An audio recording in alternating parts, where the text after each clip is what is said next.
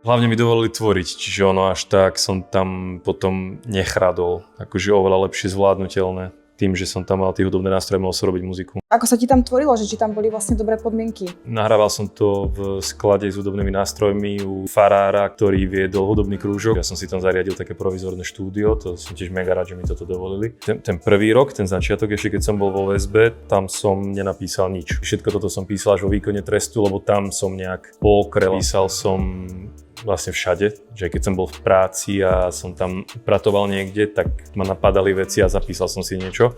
Boli tam akože nejakí iní reperi, že tam veľa ľudí repuje takto po väzeniach. A dávali ste aj nejaké freestyly spolu s tými ostatnými?